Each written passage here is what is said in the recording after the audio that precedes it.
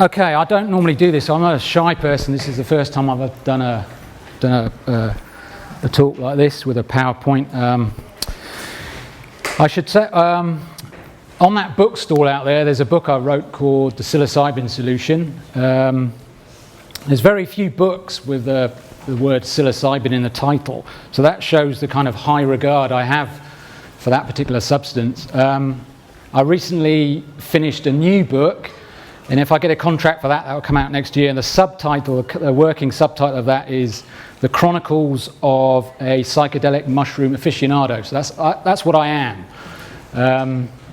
I spent about 20 or so years trekking around the UK in the most beautiful remaining areas of the UK, and that would be the Lake District, Snowdonia, Dartmoor, Devonshire coast, but mainly the Lake District and Snowdonia. And I've been kind of following the trail of this mushroom that's native to this country, Psilocybe semilanceata. And I can say after 20 years, I can say with absolutely that psilocybin is interesting for scientific reasons, philosophical reasons, metaphysical reasons, spiritual reasons, and therapeutic reasons. It's a very valuable substance, and it's fascinating that it grows in the landscape of the UK. I'm not a political person. I've never done anything political. I don't follow politics. Politics bore me. I don't trust politicians. But I found myself lobbying because of this. So back in 2005, this legislation came. Hitherto, before 2005, it was there were no picking the mushroom, and it's picking fresh mushrooms. There was no problem with it. It was no criminal associations at all, not really, if they were unprocessed. Then this drugs bill came out, and you can see fungus. I think it's the first time the word fungus was ever mentioned in Parliament. You'd think it's like a 50s sci-fi thing. Beware the deadly fungus. Quatermass and the deadly fungus. So this is why this rubbed me up the wrong way, because it's good that we've got this breaking convention and there's a loose psychedelic community, because it provides support for people new to psychedelics, and all the documentaries, all the books, all the kind of the media coverage that acts as a support system for people who are interested in these substances. But this legislation is like a black cloud. It's like a horrible smell in the background. We don't like to talk about it, but it's there. There's this criminal, you might want to look over your shoulder all the time. So that's why I lobbied Parliament in 2005. So before this, as I say, the mushroom was legal to possess in this country, the fresh, unprocessed mushroom. So why did they do this? It's because for a couple of years, the mushrooms were being sold in Camden Market and various other places. And all the news stories that came out at the time, I don't know if you recall, back in 2005, all the news stories talked about this loophole. There was a loophole in the legislation that allowed people to sell fresh, unprocessed mushrooms. But the loophole, really, when you think about it, is that we've managed to convince ourselves that substances can be criminalized, and there can be criminal convictions for possessing mushrooms. That's the loophole that we've kind of bought into, this guilt that there's something wrong and there's something dangerous, and that there should be there could be criminal proceedings. That's the loophole. That's the real loophole. This weird concepts where we've criminalized using a natural substance. Now this is interesting. If you bear in mind, this was so they were banned on from the 18th of July. The Prohibition came in. If you remember the Johns Hopkins study, which I've sort of committed the essence of that to memory,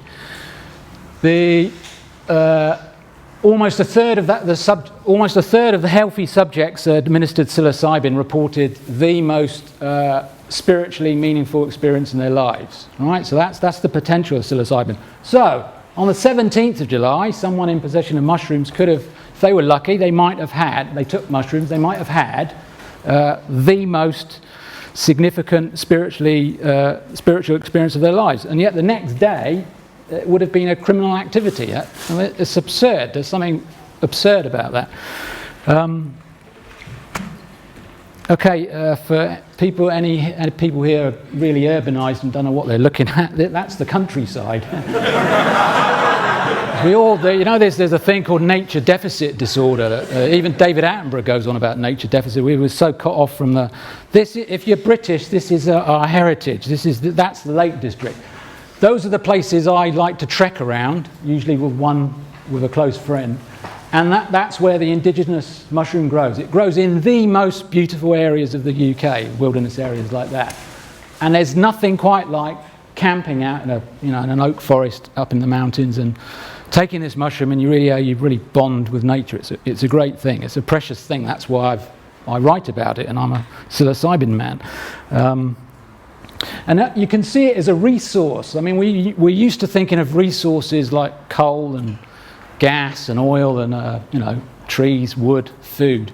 But I see the mushroom as it's a spiritual resource. It's there. It's part of the natural ecology. And I'm particularly interested in the eco-psychological impact. I think it's the fact that this mushroom grows everywhere and comes up the ground, and it can heal our relationship with the biosphere and make us closer to the biosphere. That's a great thing. So I see it as a spiritual. This is ridiculous to call it a drug. It's a spiritual food, So it's a great resource that I've explored, and other people should look into it as well, I think. Don't trust that man. It's a dangerous hoodie there. And so, it's interesting that it's a remarkable, of all the entheogens, the mushroom is like it's remarkable because it just comes out of the ground, doesn't need any preparation. You could just eat them raw and they work. And I've often marveled that people go all the way to, if you can afford it, people go to Peru to take part in a healing ayahuasca ceremony. One could easily imagine a situation where there was a history in this country, a shamanic history, and people from Peru might come to the UK. They might go to Wales, and there'd be a teepee or a yurt or something. There'd be a fire, and people take mushroom tea around a fire, and there's Celtic artwork around the sides, and there's traditional Celtic, guitars and harps and stuff. You can imagine that. So, and it provides the same. I took ayahuasca a few years ago, and I found it almost identical to the psilocybin experience. They bring you to the same higher self. So I've always found that interesting. So again, it's a natural resource. It's there. It's part of the land. And to criminalise that, there aren't words for how absurd it is. A little bit of history. That was a paper that came out in 1969, the first report that they did.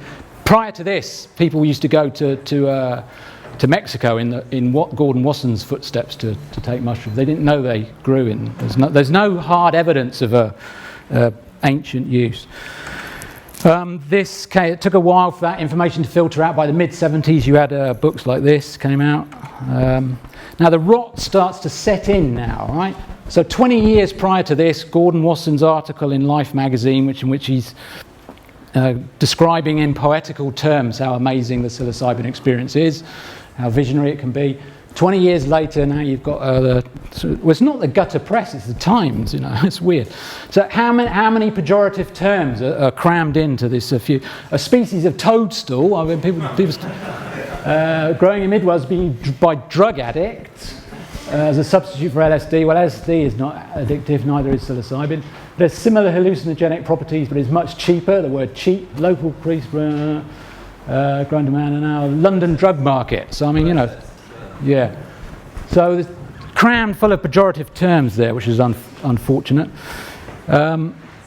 This is one of these guys. This is in relation. This guy researched all the news stories about UK psilocybin mushrooms, and they used to drag out this guy. I think they got a cupboard somewhere, and they wind this guy up, and he comes out. It's dangerous.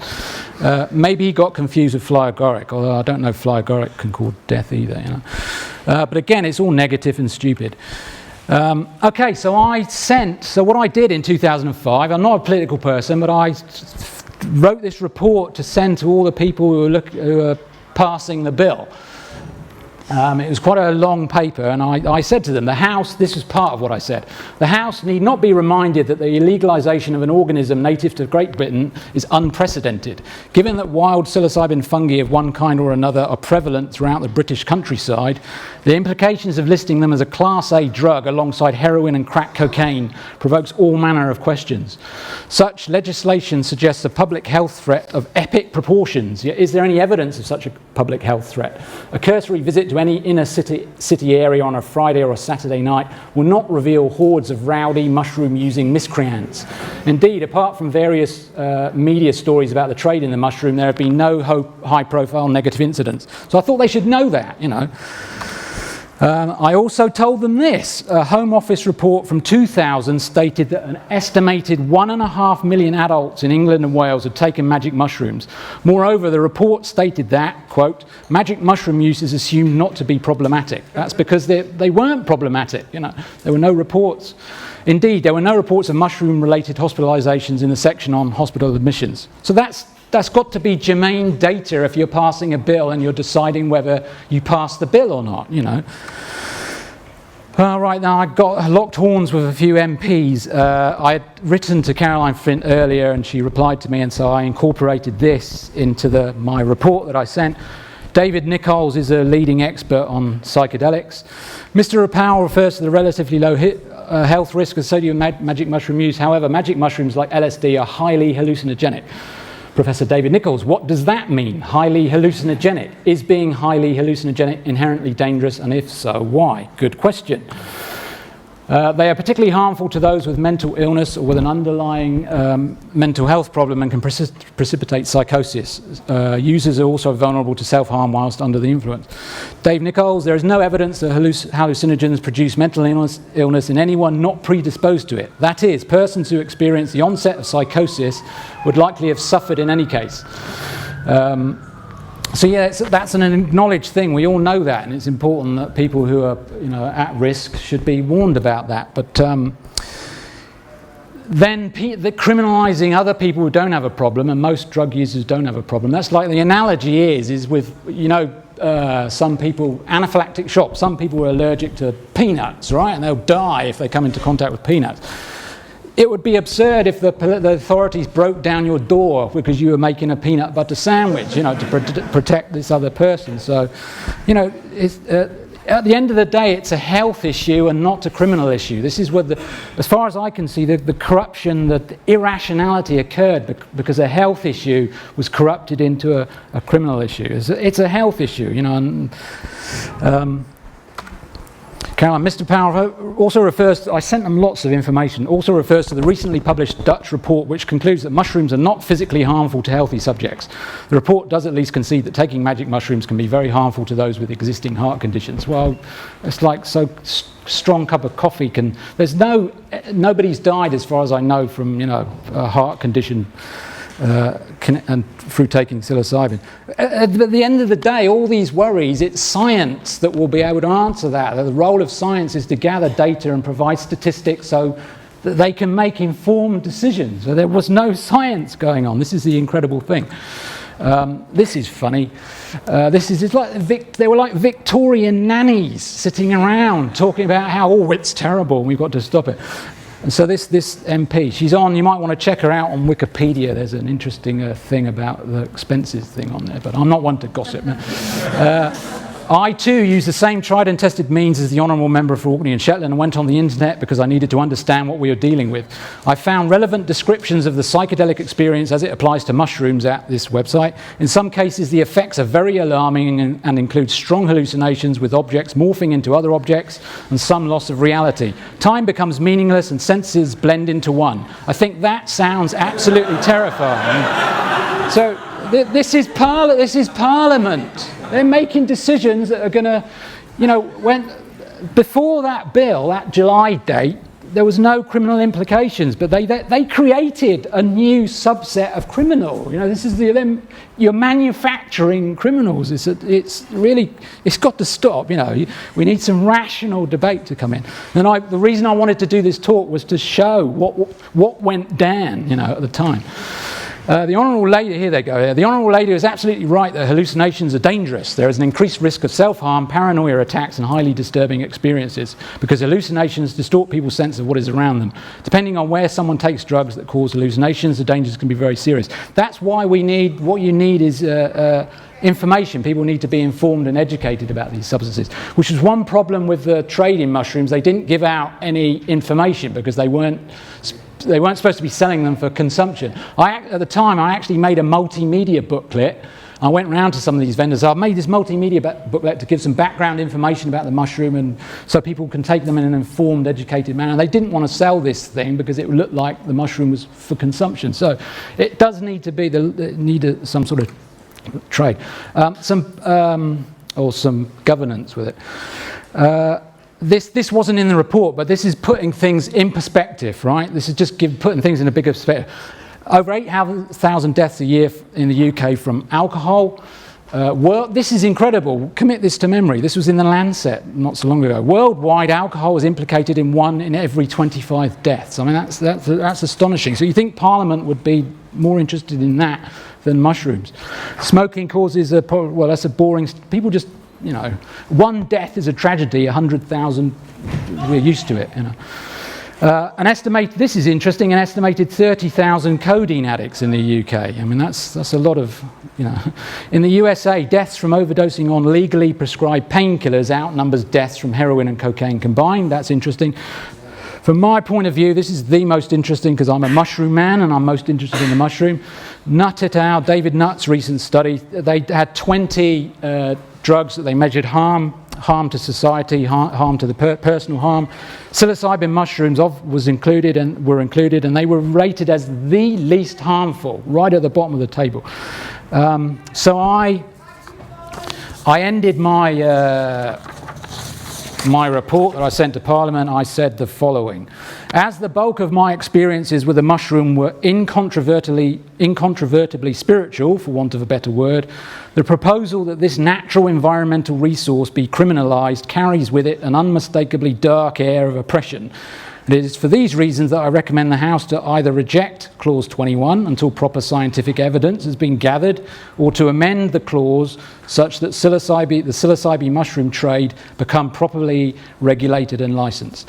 Well, I fought the law and the law won. Someone said to me recently that the House always wins, so maybe it was futile that I did, but I felt someone had to say something, to at least try and get some information into Parliament when they were passing this bill. Maybe this is another threatening thing. This is Timothy Leary. I don't know how threatening he was. I had a podcast interview about a year ago, and this woman talked about Leary. She said, "Oh, that man, is like a really bad guy." He was fulfilling a role. He stepped into a role. I think at that time, culture was right for someone like him. But if we go back in time,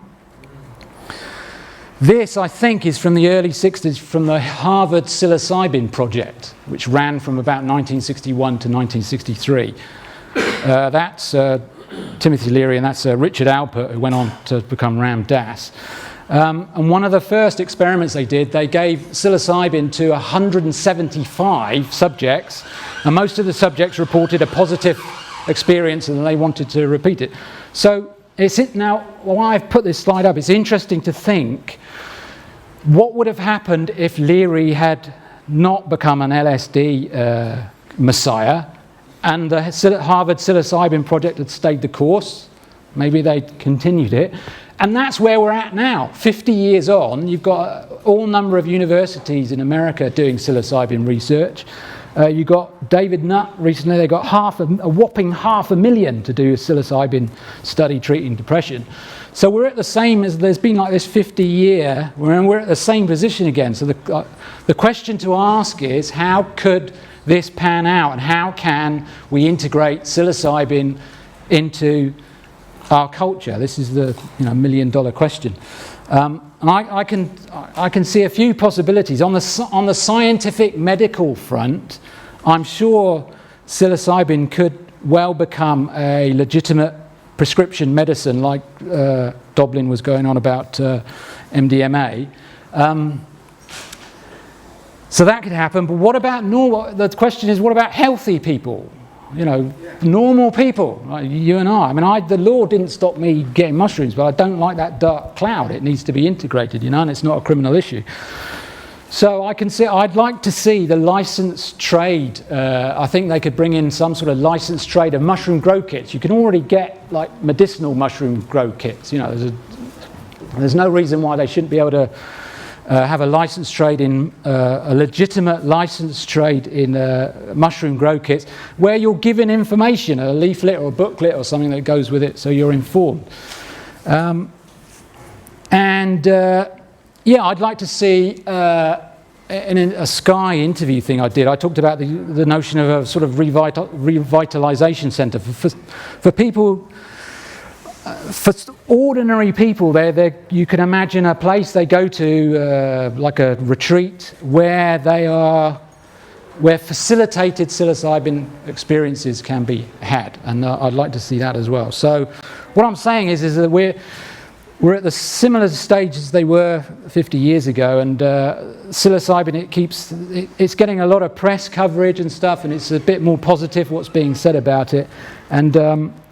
Yeah, I'm not one last thing. My book, I started my book, The Psilocybin Solution. I took a while choosing a McKenna quote, and this is the quote I used because I thought it's quite good and it's not too controversial. My plea to scientists, administrators and politicians who may read my words is this: look again at psilocybin, do not confuse it with other psychedelics, and realize that it is a phenomenon unto itself with an enormous potential for transforming human beings. Not simply transforming the people who take it, but transforming society in the way that an art movement, a mathematical understanding or a scientific breakthrough transforms society. It holds the possibility of transforming the entire species simply by virtue of the information that comes through it. Yeah, and I agree with that, and I think it's the eco-psychological impact that's the most important.